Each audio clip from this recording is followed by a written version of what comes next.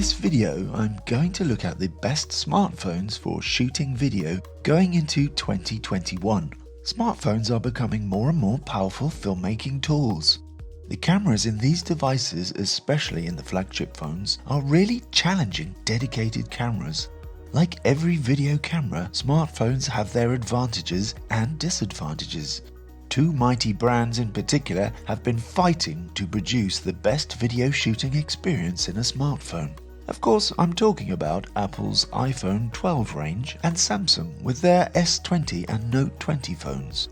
Which one is looking like the best bet for 2021? There's more niche brands like Sony and LG who also push the video shooting side of their devices. Oh, but wait. Before we start talking about devices, I need to mention how smartphones are different to regular cameras, and that's the increasingly powerful software being developed, such as Dolby Vision, HDR10+, and all kinds of stuff, which is now working away in your smartphone to boost the look of your videos. You see, there's a bit of a confusing conflict that's been brewing for a while. Most of this software is developed to be implemented using the native app of the phone in auto mode, but many smartphone filmmakers love to use apps like Filmic Pro, Moment, ProTake, MC Pro 24fps, and so on. And there's all kinds of pros and cons to using manual control or auto mode. And as someone who makes a living shooting smartphone video, whereas I used to just boot up Filmic Pro almost without thinking, I now find myself switching between auto and manual control depending on what I want from the shot. And things like tone remapping can sometimes conflict with your manual control app. Problems like flickering skies, or a camera which refuses to retain the exposure settings you just set, and they start to ruin your shot. So that's something really important you need to think about before going ahead and choosing a device, especially if you're hoping to use manual control. Anyway, let's take a look at the best smartphone for shooting video for 2021. Once again, Apple has been changing the landscape of filmmaking this year, but not only with their iPhone range. Since they dropped Intel chips from their laptop and desktop computers, they've opened up an exciting new era where their smartphones and computers will operate under the same system. The new MacBooks and Mac Minis are lightning fast, but it's more affordable speed than before. And by comparison, the launch of the new iPhone 12 range created less of a buzz, despite the popular retro look of the iPhones, which is much loved by iPhone fans. The general feeling is the devices themselves haven't made any giant leaps from the iPhone 11. More of a few tweaks here and there. The one big change to come for filmmakers is the inclusion of Dolby Vision in the iPhone 12 range. Dolby Vision is a system designed to shoot, master, and deliver 10-bit HDR, which is high dynamic range, video. Why does this matter? In the past, smartphones, like many other non-professional DSLRs and mirrorless cameras, have captured video in an 8-bit H.264 or H.265 codec, and this is heavily compressed to reduce file sizes and enable them to be streamed or shared. But it also means discarding a lot of information from the video, which reduces dynamic range and makes it harder to color grade. This kind of video falls apart if you try to push it too much with color grading software. And bear in mind, anything shot in Dolby Vision will only contain the extra HDR quality when viewed via a system which supports it. For example, if you upload your Dolby Vision video to Twitter, YouTube, Facebook, and so on, Dolby Vision, as far as I know, is not supported. Therefore, what you will get will be the standard dynamic range version of the video. Now, because Dolby Vision requires a license to use, and, well, it's complicated. Regardless of whether you have a Dolby Vision display or not, the iPhone 12 range of devices can use that extra information for color work later, which for filmmakers who want those color grading options is a big plus. The good news for iPhone filmmakers comes with the top-of-the-range 12 Pro Max. This device is very big and comes with a 6.7-inch display. There's a 2.5 times telephoto lens, although that's only half the power of the top-range Samsungs with their 5 times telephotos. The Pro Max also comes with a larger sensor than the rest of the iPhone 12 range, which gives it a better low-light performance. Now, the iPhone 12 range, and specifically the iPhone 12 Pro Max, produce top-of-the-range video, as you would expect. 4K resolution up to 60 frames per second. There's also support for 120 frames per second and 240 frames per second at 1080p resolution. Having said all that, there are some issues, so let's mention the minus points.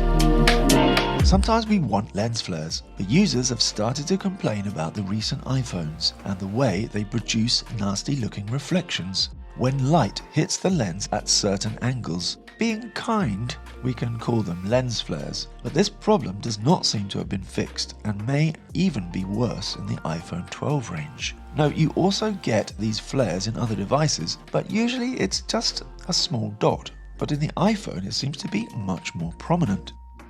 If you're going to label something pro, then surely a minimum for professional filmmaking is manual control for shutter speed, ISO, white balance and so on, but Apple's iPhones still don't carry their own native manual control with their devices. So we can install one of the many third-party apps like Filmic Pro, Mavis, ProTake and so on, right? Only problem is, all this software wizardry, like tonal remapping, sometimes conflicts with these apps and you get flickering skies and auto exposure overriding your settings. Well, these two gripes aside, iPhones still produce amazing quality. Samsung brought out their 20 range of devices, the S20, S20 Pro, Pro Ultra, Note 20 and Note 20 Ultra, in two stages. In 2020, S20 range in February and the Note 20 in August. Now, the talk is that Samsung will launch the Galaxy S21 range on January the 14th next year. But the quality of video produced by Samsung devices is basically equal to the iPhone. Samsung tends to add more saturation, but otherwise there's really not much between them. As you would expect, the higher up the Samsung range you go, the better the cameras and video shooting performance. But all the Samsung S20 and Note 20 range include one front camera and three rear cameras, regular wide, ultra wide and telephoto. The Note 20 models have the 5x telephoto. One difference between iPhone and Samsung Ultra models is the ability to shoot 8K resolution. Well, as most of us can't view 8K resolution, let alone see the difference if we could, this probably isn't much use to us video shooters. I certainly wouldn't buy a S20 Ultra just for the 8K video. Another difference is Samsung's Pro Video mode. Now, this is a native camera function which allows you to set and lock shutter speed, ISO, focus, and all the rest. So that's pretty useful there. And instead of Dolby Vision, Samsung devices come with the HDR10 Plus system. And while Apple is only just introducing this, Samsung have included this in their devices for some time. In terms of smartphone video quality, there's little difference between the two HDR systems. While iPhones can shoot slow motion at a max of 240 frames per second, Samsung's latest devices have the super slow-mo 960 frames per second option. Although this feature is limited to 720p, which is still considered high definition, by the way. And so now onto the minus points. Well, for some reason, Samsung only allows you to access the main camera in Pro Video mode. There's no access to the selfie camera, ultra wide or telephoto. The best thing would be if Samsung allowed Pro Video mode to access each lens so you can decide for yourself. Even third-party apps like Filmic Pro cannot access the telephoto. That gripe aside, I really can't fault the new Samsung range. The main, larger sensor of the Note 20 Ultra even gives you a little extra shallow depth of field, and the quality of the footage is stunning. Which smartphone maker is doing the most for filmmakers? Is it Apple or Samsung? The answer is Sony. Unlike Apple and Samsung, Sony makes professional level cinema cameras, so it's not surprising they introduced the first smartphone range with a serious native manual control app, the Xperia 1 and Xperia 5. That app is the Cinema Pro app. These phones and the app are developed alongside Sony's professional cameras. Sony have now released the new version of these phones, Xperia 1 Mark II and Xperia 5 Mark II. The Xperia 5 version, Mark 1 and 2, is virtually the same as the Xperia 1, just smaller. Both versions have the same front and rear cameras. For rear cameras, there's the now standard wide, ultra-wide and telephoto.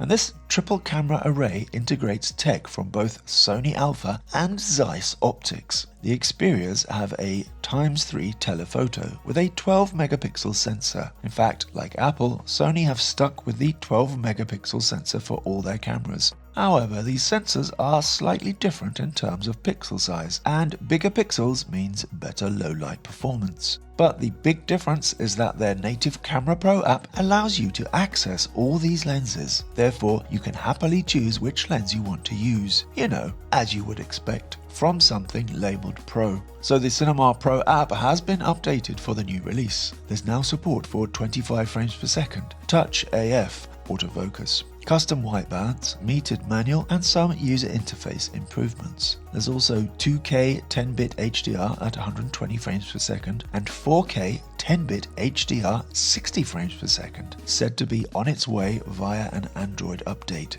Both old and new versions of the Xperia allow 10-bit color depth, which, has only just arrived for the iPhone. Just saying. And now for some downsides. Some missing features in the Cinema Pro app compared to apps like Filmic Pro and MC Pro 24PS. For example, no scopes or histograms. But hopefully this is something Sony will bring in the future. I would say the Xperias produce video which has its own look, which is rather more muted than other devices. The color is not out of the box so vibrant, and these softer, more natural tones don't kind of hit you in the face, but are perhaps easier on the eye over longer watching times. LG phones have included a dedicated Pro Mode video app for manual control since the V10 version, released way back in 2015. But the LG V range has a reputation of being great phones for shooting video at a lower price than their better known competitors. However, the most recent LG V60 Thin-Q is still selling for around $700 or more, and this is for a device released in March 2020. Like the top Samsung phones, the LG V60 can shoot up to 8K. Nobody can view it, but you can shoot it. This device also lacks the telephoto lens, carrying only a wide and ultra-wide for rear cameras. The manual mode for video in the LG V60 Thin-Q includes all the controls you would expect: focus, ISO, shutter speed, white balance, and so on. You can even set bitrate, which many filmmakers will tell you is almost more important than your resolution setting. The LG V60 Thin-Q also allows you to shoot in HDR10+, like the Samsung range. In fact, you could say the output and functioning of the LG V60 Thin-Q is pretty similar to the Samsung phones, but without the telephoto option. But one nice touch is the simplification of the frames per second setting. Rather than having things under a time-lapse or a slow motion menu, all the options are in one list. So you can choose from 1 frame per second for time-lapse up to 240 frames per second for slow motion. Most of the devices so far are over $700, more like $1,000 or more for the top range phones. But what about cheaper devices? For our bargain bucket video shooter, check out the Xiaomi Redmi Note 9 Pro, which is currently going for around $250 Be aware there's different versions, the latest being the 5G model. This phone comes with 4 rear cameras, although one of those is a depth sensor. The others are regular wide, ultra wide, and a macro lens. Note these specs are slightly different depending on the version. The Xiaomi Redmi Note 9 Pro captures videos up to 4K at 30 frames per second, but Xiaomi phones also come with a dedicated Pro Video mode, which includes focus, shutter speed, ISO, and all the other controls, plus a log color profile. Can also shoot 960 frames per second slow-mo at 720p resolution. The quality of video is not quite up to the level of the $1,000 or more flagship devices, but for $250 these perform amazingly well. The 5G version of the device even comes with a 108 megapixel main sensor. So that's it for this video. I hope you found it useful, and I'll see you in the next video.